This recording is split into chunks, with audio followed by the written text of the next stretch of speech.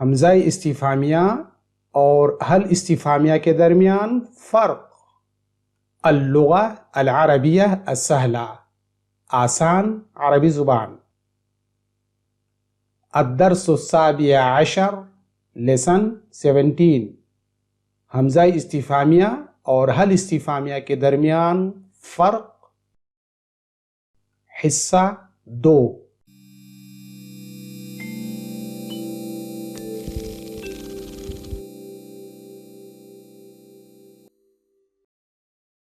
السلام علیکم ورحمۃ اللہ وبرکاتہ۔ رسول اکیڈمی چینل میں آپ سب کا استقبال ہے۔ میں آپ کا بھائی عبدالرقیب مدنی آسان عربی زبان کا 17واں سبق لے کر آپ کی خدمت میں حاضر ہوں۔ اس سبق میں آپ کو حمزہ استفہامیہ اور حل استفہامیہ کے درمیان فرق بتایا جائے گا، لیکن آگے بڑھنے سے پہلے دھیان دیجیے کہ اس سبق کا پہلا پارٹ پڑھایا جا چکا ہے۔ اسے دیکھنے کے لیے اوپر آئی لنک پر کلک کیجیے یا اس ویڈیو کے ڈسکرپشن میں جائیے۔ اور آج ہم اس سبق کا دوسرا پارٹ قاعدہ نمبر 4 اور 5 پڑھیں گے۔ حمزہ استفہامیہ اور حل استفہامیہ کے درمیان فرق۔ قاعدہ نمبر 4، لام تعریف والے اسم سے پہلے حمزہ نہیں آتا ہے بلکہ حل آتا ہے، یعنی لام تعریف والے اسم کا مطلب التعریف والا اسم، جسے عام طور پر معرف باللام کہا جاتا ہے، یعنی لام تعریف یعنی التعریف والا اسم، وہ اسم نکرہ جس کے شروع میں ال لگا کر معرفہ بنایا گیا ہے، جیسے ابن سے الابو، بیتن سے البیتو وغیرہ۔ التعریف سے متعلق تفصیل سے جاننے کے لیے ابھی اوپر آئی لنک پر کلک کیجیے۔ تو لام تعریف والے یعنی التعریف والے اسم سے پہلے حمزہ نہیں آتا ہے بلکہ حمزہ استفہامیہ کے بجائے حل آتا ہے۔ مثال، حل الدرس سہل، کیا سبق آسان ہے؟ Is the lesson easy؟ اس سوال کا جواب نعم الدرس سہل، جی ہاں سبق آسان ہے۔ Yes the lesson is easy۔ آپ یہاں پہ نام کی جگہ لا بھی کہہ سکتے ہیں۔ الدرس سہل، یہاں پہ حمزہ استفہامیہ استعمال کرنا غلط ہے، کیونکہ الدرس معرف باللام اسم ہے، یعنی لام تعریف والا یا التعریف والا اسم ہے، اور التعریف والے اسم سے پہلے حمزہ استفہامیہ استعمال نہیں کیا جاتا ہے، اس لیے الدرس سہل استعمال کرنے کے بجائے حل الدرس سہل استعمال کیا جائے گا۔ دوسری مثال، حل الکتاب جدید، کیا کتاب نئی ہے؟ Is the book new؟ اس کا جواب نعم الکتاب جدید، جی ہاں کتاب نئی ہے۔ Yes the book is new۔ الکتاب جدید یہ غلط ہے، یعنی الکتاب اسم معرف باللام ہے، یعنی لام تعریف والا اسم ہے، اور لام تعریف والے اسم سے پہلے حمزہ استفہامیہ استعمال نہیں کیا جاتا ہے۔ تیسری مثال، حل القلم رخیص، کیا قلم سستا ہے؟ اس کا جواب لا القلم ثمین، نہیں قلم قیمتی ہے۔ القلم رخیص غلط ہے، کیونکہ القلم لام تعریف والا اسم ہے، اور لام تعریف والے اسم سے پہلے حمزہ استفہامیہ استعمال نہیں کیا جاتا ہے۔ چوتھی مثال، حل السائق مریض، کیا ڈرائیور بیمار ہے؟ اس کا جواب نعم السائق مریض، ہاں ڈرائیور بیمار ہے۔ السائق مریض غلط ہے۔ قاعدہ نمبر 4 کا خلاصہ، ان تمام جملوں کا پہلا لفظ التعریف والا اسم ہے، یعنی معرف باللام ہے، اس لیے ان تمام جملوں کو سوالیہ جملہ بنانے کے لیے حمزہ استفہامیہ استعمال کرنا غلط ہے، یعنی ان تمام جملوں کے شروع میں حمزہ استفہامیہ استعمال نہیں کیا جائے گا، بلکہ اس کے بجائے ان میں حل استعمال ہوگا۔ دھیان دیجئے، حل کے بعد اگر معرف باللام یعنی لام تعریف والا اسم آئے تو حل کے لام کے سکون کو کسرہ سے بدل دیا جاتا ہے۔ جیسے یہاں دیکھیے، حل کا لام ساکن ہے، اور حل کے بعد الدرس، الکتاب، القلم، السائق معرف باللام ہے، یعنی ان تمام اسموں کے شروع میں التعریف ہے، اس لیے یہاں پہ حل کے لام کے سکون کو کسرہ سے بدل دیا جاتا ہے۔ یہ دیکھیے، حل الدرسوں کے بجائے ہم حل الدرسو پڑھیں گے، حل الکتاب، حل القلم، حل السائق۔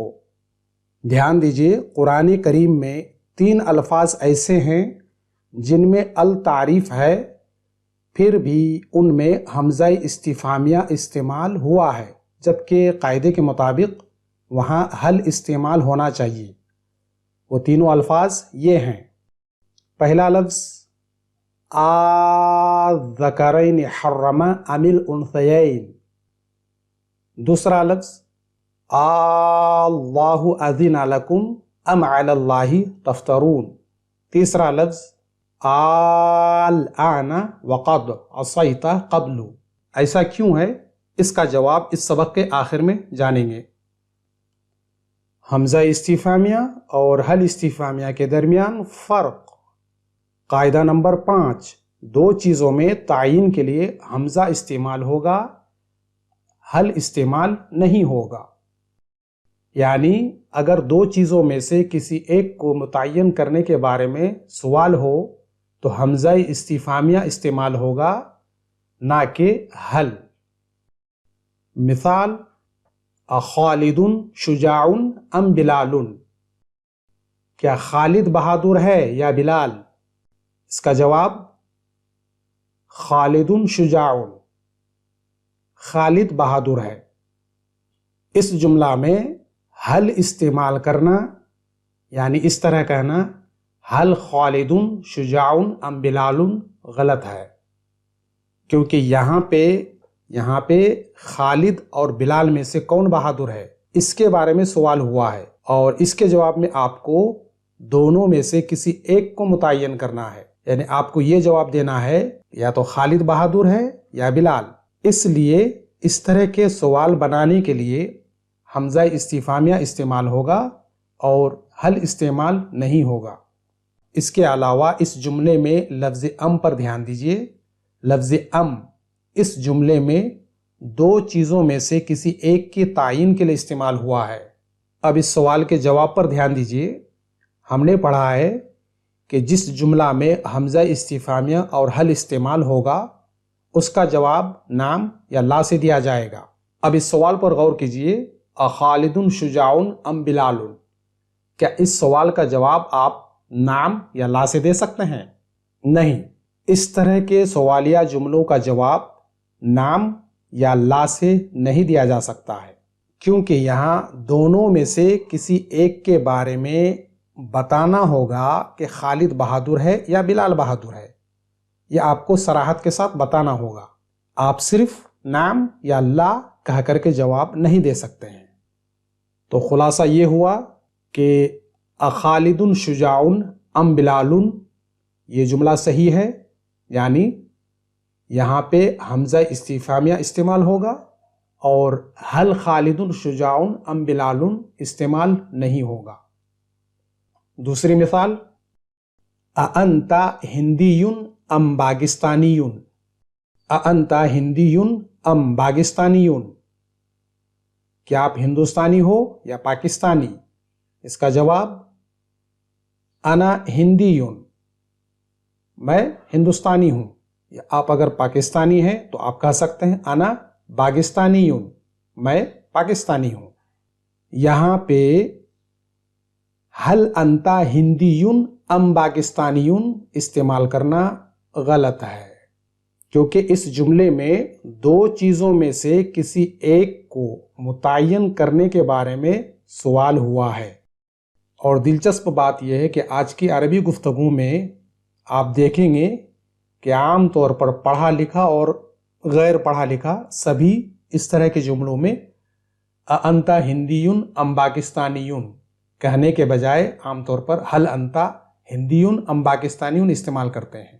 تو اس قاعدے کے مطابق یہاں پہ حل استعمال نہیں ہوگا بلکہ استعمال ہوگا۔ تیسری مثال، اہذا کلب ام قط، کیا یہ کتا ہے یا بلا؟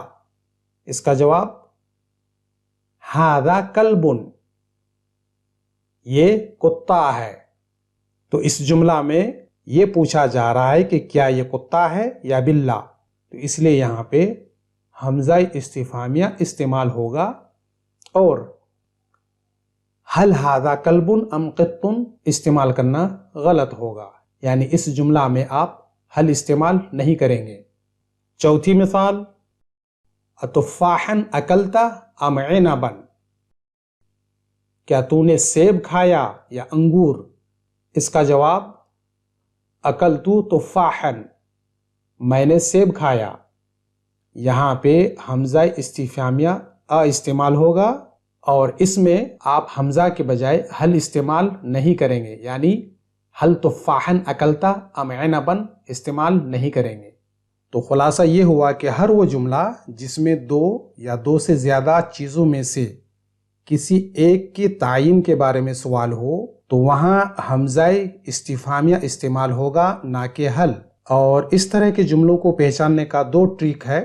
پہلا ٹرک، ان میں لفظ ام استعمال ہوگا، اور دوسرا ٹرک، اس طرح کے جملوں کا جواب نعم یا لا سے نہیں دیا جائے گا بلکہ آپ کو صراحت کے ساتھ بتانا ہوگا۔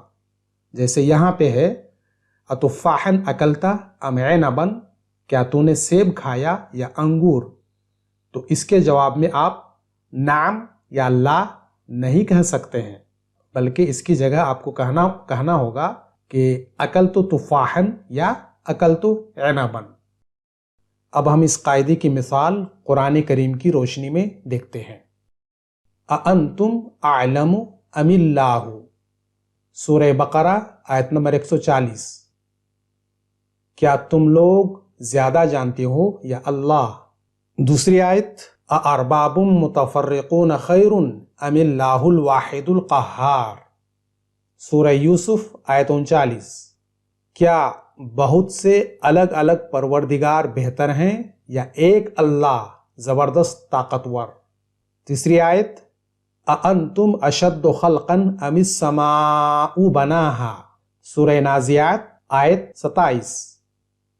کیا تم لوگوں کو پیدا کرنا زیادہ دشوار ہے یا آسمان کو جسے اللہ نے بنایا ہے؟ اس کے علاوہ قرآن کریم میں اس طرح کی اور بھی بہت سی آیتیں ہیں، تو آپ یہاں پہ ان تینوں آیتوں میں دیکھیے دو چیزوں میں سے کسی ایک چیز کی تعین کے بارے میں سوال ہو رہا ہے۔